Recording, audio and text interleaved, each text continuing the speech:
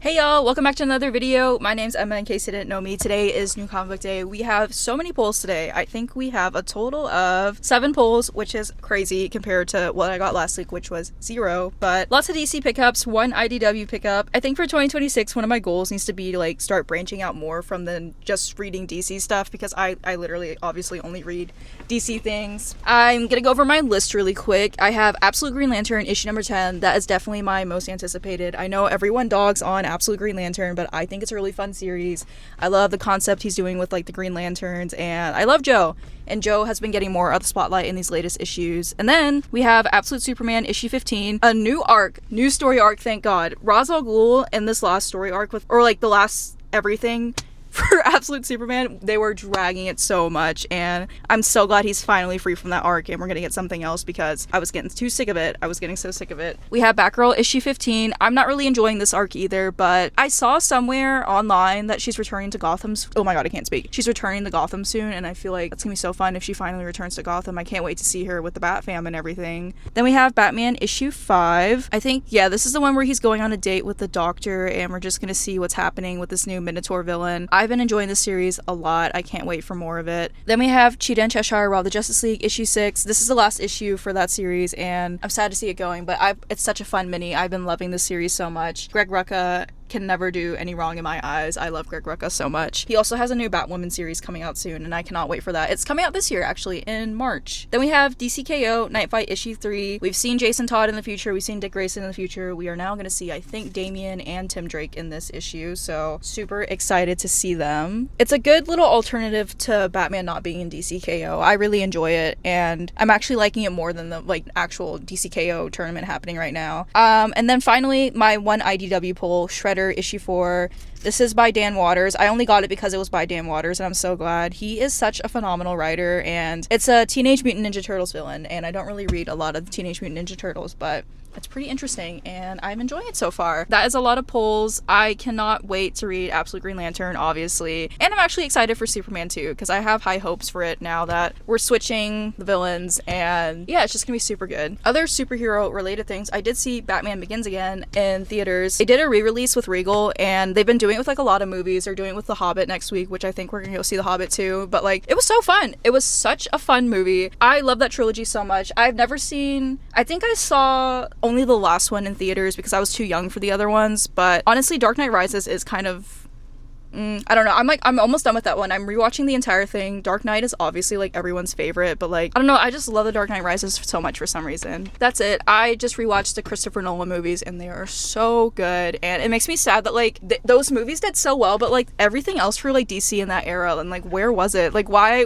didn't DC like pick up on the momentum of like the Christopher Nolan trilogy and like pump out a bunch of other stuff? We could have had like the whole like Marvel timeline universe happening right now that they did back then, but I don't know. They just didn't capitalize on it, which is really upsetting, because I think we could have had a lot more like DC media if that happened. But DC wise, they have a couple movies coming out this year, Supergirl and Clayface. Obviously, I'm so excited for Supergirl, but my main one, Clayface, I think that's going to be a big sleeper hit this year. I can't wait to see what they do with it. Those types of super villain backstories, they always depress me a lot. Like his and Two-Face's, those are like the two ones that like really get me. But yeah, I cannot wait to see what happens in those. I have so many movies I want to see. I want to see more movies this year. That's my big thing. Like I want to see a lot of 2026 releases. I want to actually watch everything that's like on like the Oscar nomination list for 2027, so I can like really like critique everything and be like, no, I want this person to win, instead of me just like guesstimating like which one is going to be the best one. Really going to be on my Letterboxd stuff this year. With that being said, I think that is all my updates. Let us go in the comic store now.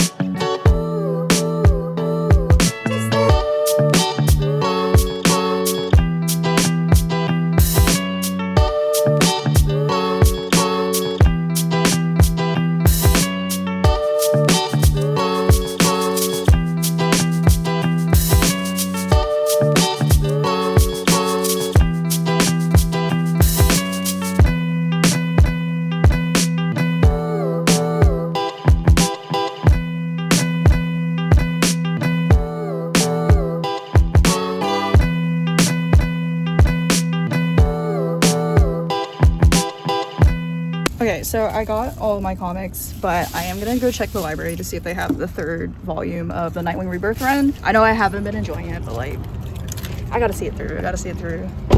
Okay, so they didn't have any Nightwing comics in there, but they did have the rest of the Poison Ivy series I needed, so I went ahead and got all 4 volumes. I have the first one, so I grabbed 2 through 5. I cannot wait to finish the series. Well, not finish it, but like catch up. I think in like a future Batman comic or something, I saw some post about it. Like Poison Ivy's gonna be the mayor of Gotham, or I don't know if it's mayor specifically, but she's gonna be in some type of political position, so I guess I need to catch up on Poison Ivy stuff before that happens. And I love the series so much. I think one of my favorite things about the series is the artwork. Mauricio Takara does the artwork in this, and let me just show you some of his art. Or I actually don't know if Mauricio Takara is a man or a woman. Let me look it up. Okay, Mauricio Takara is a Brazilian comic book artist known for his work. Okay.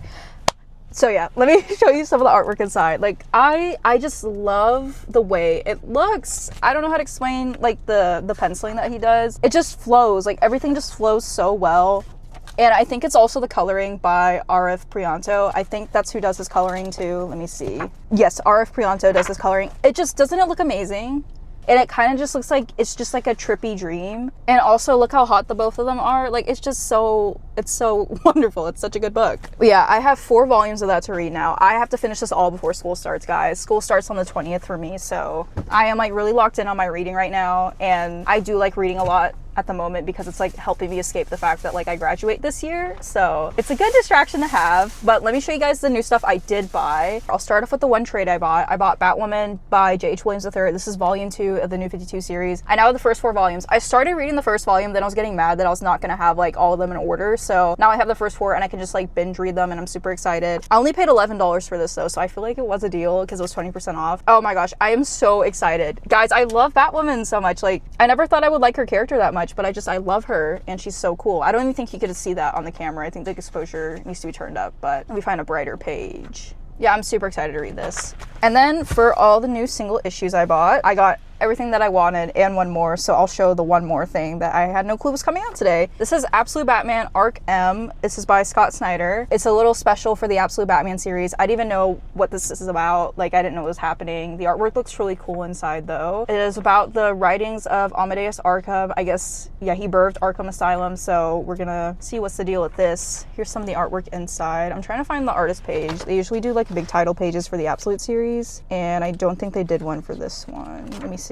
By Scott Snyder and Frank Thierry are the writers. Joshua Hickson is the artist, and then Roman Stevens is the colorist. Clayton Cowles is the letterer. I never shout out the letterers, or that's hard to say, the letterers in the comic runs I read. And then we have Batgirl. This is Calm Before the Storm. Tate Bromwell, of course. Steven Segovia is the artist for this one, and I don't know who the colorist is. Rain Barretto and Steve Wands is the letterer. I'm just mixed feelings about this.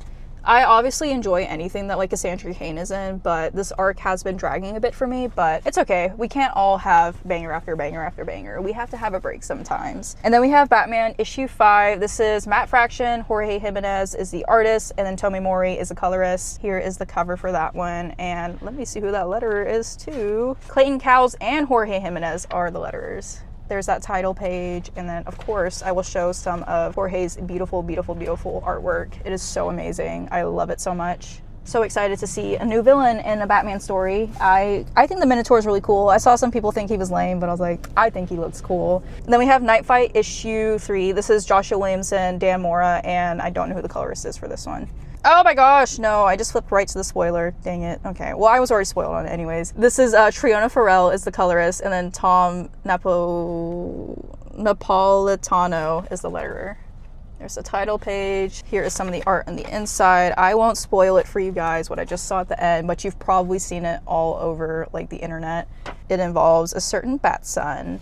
And then I think, yeah, we only have one more issue of that series.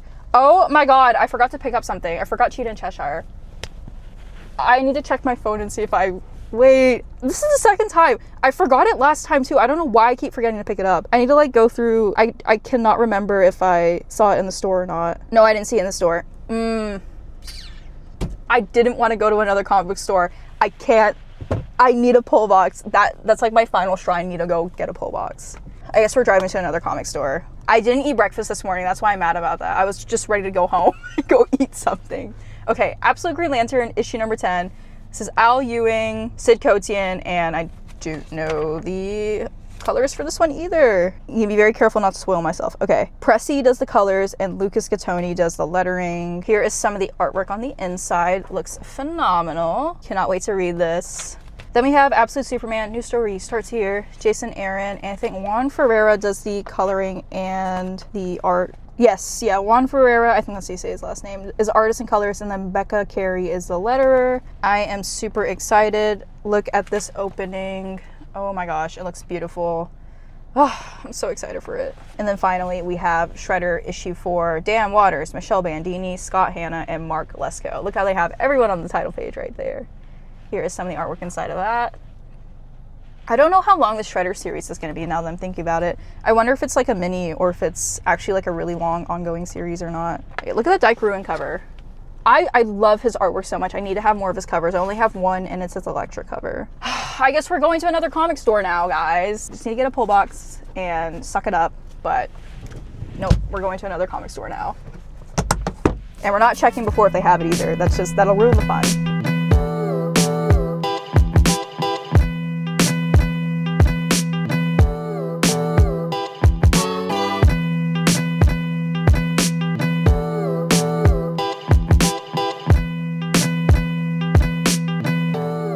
Super lucky again. I also got some more bags and boards, but I found the last copy in the store. There it is. Look at the cover. So cool. Greg Rucka, Nicola Scott, and Annette Kwok.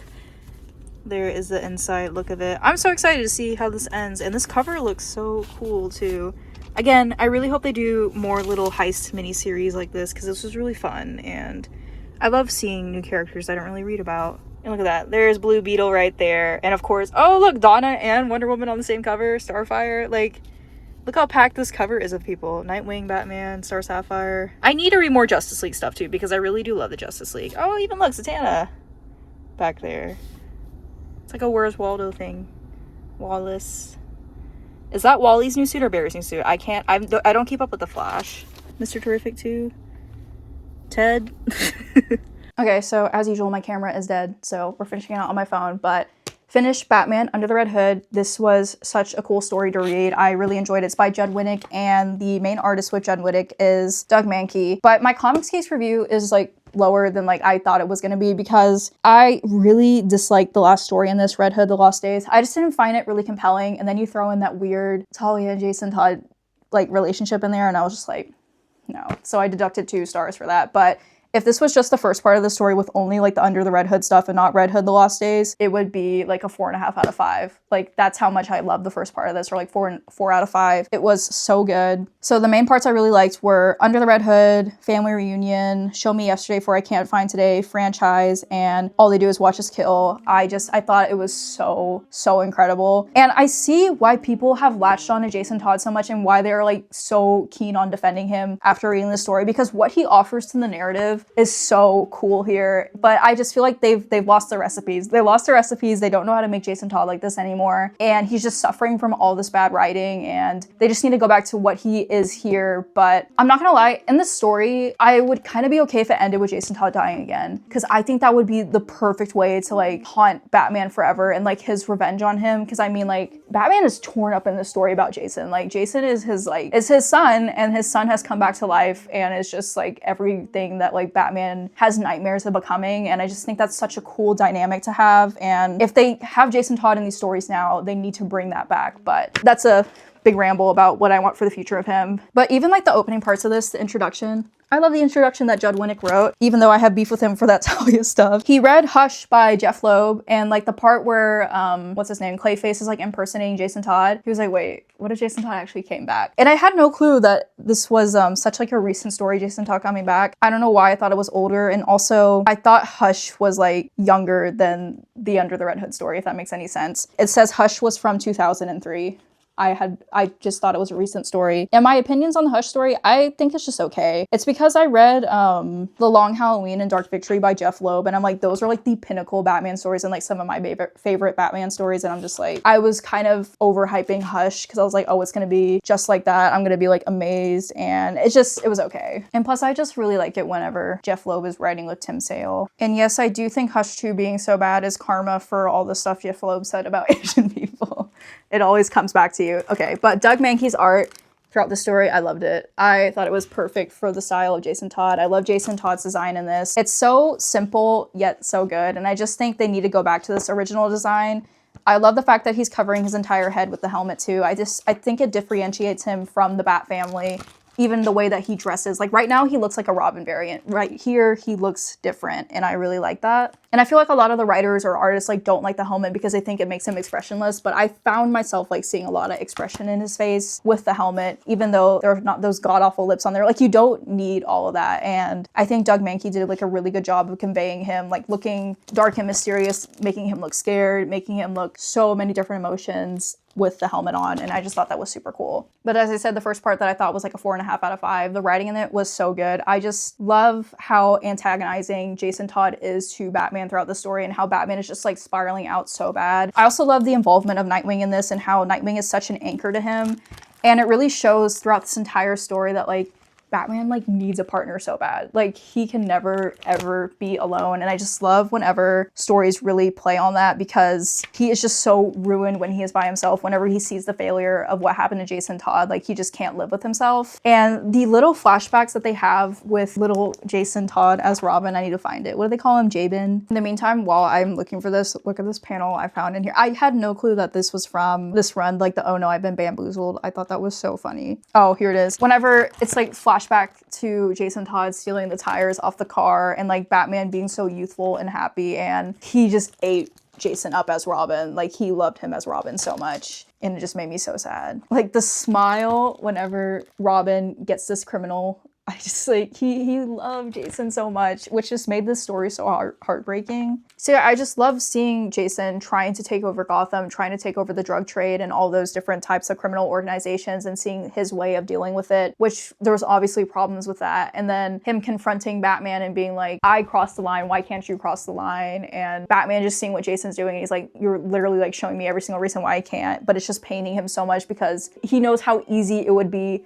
to just make that switch, but he sees how it's like killing Jason from inside. And it's so sad that like Jason doesn't get writing like this anymore. But like not only does Jason coming back to life like ruin Batman's like mindset on everything throughout the story, like I couldn't believe how much he was going through it. I felt really bad for Batman at some points, even though we were like, why doesn't he just kill the Joker? But like obviously he explains in the story like what he wanted to do to the Joker after Red Hood was killed and everything like that. It's like you're so frustrated with Jason, but then you also see Batman's side throughout this, and I think that's such good writing on Winnick's part.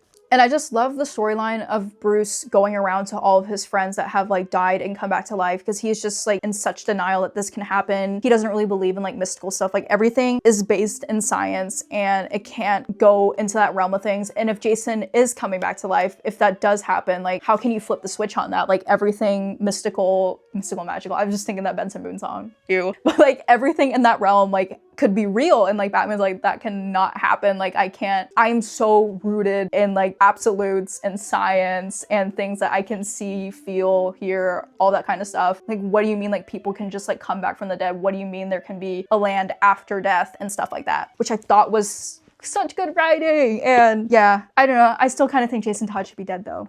I would have liked him a lot to die at the end of this story. I think that would have been very good for the Batman narrative in particular, but let Jason live, and I hope he has some better moments in the future. I really love seeing them fight side by side too. I thought that was really fun because you just know Bruce loves Jason. He loves him so much. Like the Count Vertigo fight, I really love this part. But finally, Red Hood, The Lost Days. I just felt you could have cut like most of what happened in Red Hood The Lost Days and it would have been fine. I understand that they wanted to fill in some of the gaps, but this whole plot line of like Talia and Jason together is so weird because in the beginning, like I don't even know how old he is. I'm assuming he's still a teenager, which is also freaky in the first place. But he's like being like basically like raised again by Talia, like especially because he comes out of the grave and like he's lost his memory and everything, and he's so broken. So Talia takes him in and is like trying to recover him and like make him find himself as like Robin again, as Jason Todd again. And they have like these really cute moments where they're just like, it's like mother and son. And I just don't understand why the need comes for like Jason and Talia to literally like sleep together. That makes no sense to me. Like, what is this? No, it's just some weird fetishy relationship that he has with like Jason and Talia together. Like, oh, this older woman is coming to seduce this young man. And like, I don't know, it's just weird. And it was very forced, and like, we don't need to have like every relationship between a man and woman be like this sexualized. And I'm like, it was just so unnecessary to me. And I wrote that in my review too. Just know I hated that. I really didn't like it. And I just found it out of character for both of them. And it made me deduct 2 stars from the story. Not my Talia, is what I say to that. Not my Talia. It's reminding me of the Grant Morrison writing for Talia. And it's so upsetting. And then this weird kiss between the two of them too. After she resurrects him in the Lazarus pit, she like kisses him and throws him off a cliff. It's just so weird. Like, it's so out of place. And he's also he's literally a teenager, I'm pretty sure. I could be lying and spreading misinformation, but still, it's weird. It's a weird age gap. I don't like it. And also, Talia would never. And throughout the story, like, Talia has like consistently said that she's like mourning the loss of her never going to be with like Bruce Wayne forever. Like, they can never like really love each other and be in a relationship. So why would she get with Jason? It's like the equivalent of like Batman getting a Robin and then sleeping with a Robin. No, like it doesn't make any sense. Anyways, the first part of the story, 4.5 out of 5. Last part of the story, yuck. Like 2 out of 5.